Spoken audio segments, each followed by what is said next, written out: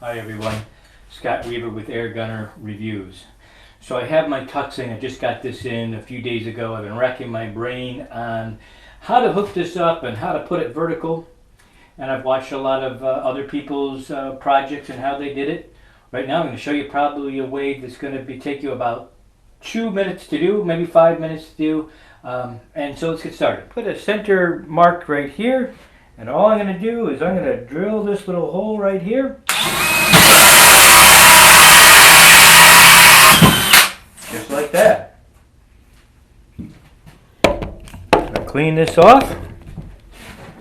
Now that I have my 2-inch holes on each side here that I prefer to have them on, I take my Tuxing and I take a 10-inch piece of self-adhesive velcro. I've already used this, so I've taken the back off. One thing about this stuff is you can keep reusing it. I'm going to put it very close to the top, like this.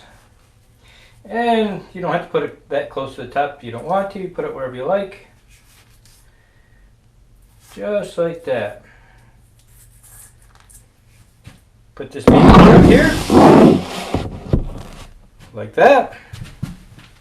Hook it up.